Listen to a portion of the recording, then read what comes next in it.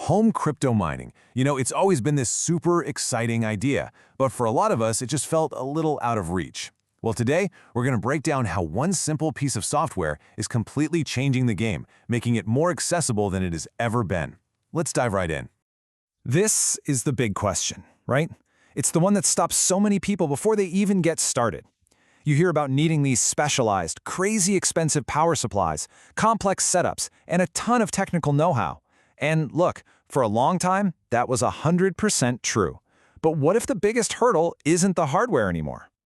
That's it. Right there, the biggest shift making home mining easier isn't some new piece of gear you have to go out and buy. It's all happening in the firmware. That's the core software that runs right on the miner itself, and it gives you more control than you've ever had before. And that brings us to our first major step, really taking control of your hardware with a tool called LuxOS. This is where the whole journey to a simpler setup really kicks off. Okay, so think of LuxOS Commander as your mission control center. Instead of fiddling with each miner one by one, this single app on your computer becomes the central hub. It's where you see everything, install the firmware, and manage your whole small-scale operation all from one spot. And getting this running is pretty much as simple as it looks here. You download the app, you tell it where to look on your network, and bam, it automatically finds your miners. You just select the ones you want, click install, and you're basically done. The whole thing is designed to be completely painless. Now, I do have to give you one little heads up. For some of the newer models out there, like an Antminer S19K Pro, you might need to do a super quick one-time prep step before LuxOS can do its thing. But don't worry, it is seriously fast. It's a process called an SD card flash. You just load a special file onto a tiny micro SD card, plug it in for literally less than a minute until a little green light pops on, and that's it. It's a one-and-done step that unlocks the machine so you can get back to the easy installation with Commander. Okay, so your miner is prepped, the new firmware is on it, now what? Well, it needs a job to do, right?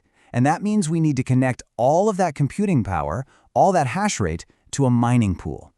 Think of a pool as a team of miners all working together to boost their chances of earning rewards.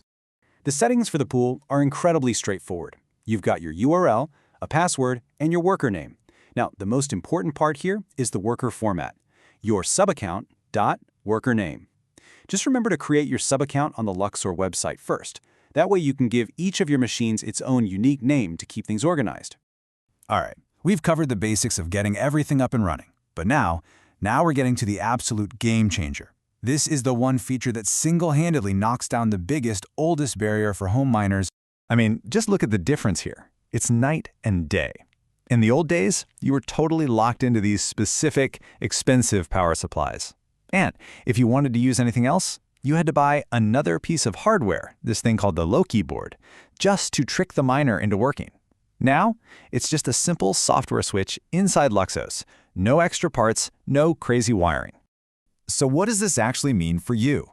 It's huge. We're talking lower costs, way simpler builds, and a much, much faster setup. Instead of hunting down one specific, overpriced power supply, you have the freedom to use whatever you've got, or whatever best fits your project and your budget. Let's just break down why this really matters. The lower upfront investment is a no-brainer. No more proprietary, expensive power supplies. The installation is simpler, which gets you mining faster. And hey, with fewer parts, there are fewer things that can break. This flexibility even opens up some really cool possibilities, like hooking your miner into a home solar setup. And the best part? Turning on this incredibly powerful feature couldn't be easier. You literally just open your miner's dashboard, go to the power settings, and flick a switch. That's it. It's the perfect example of how really smart software can solve a big, clunky hardware problem. So your miner is built, it's running, it's connected to the pool. You've gotten past the biggest hardware headaches. But now comes the fun part, the part that matters for the long run, optimization. How do you make sure you're squeezing out the most hash rate for every single watt of electricity you're paying for? And that is where the auto tuner comes in. The simplest way to think about it is an efficiency engine.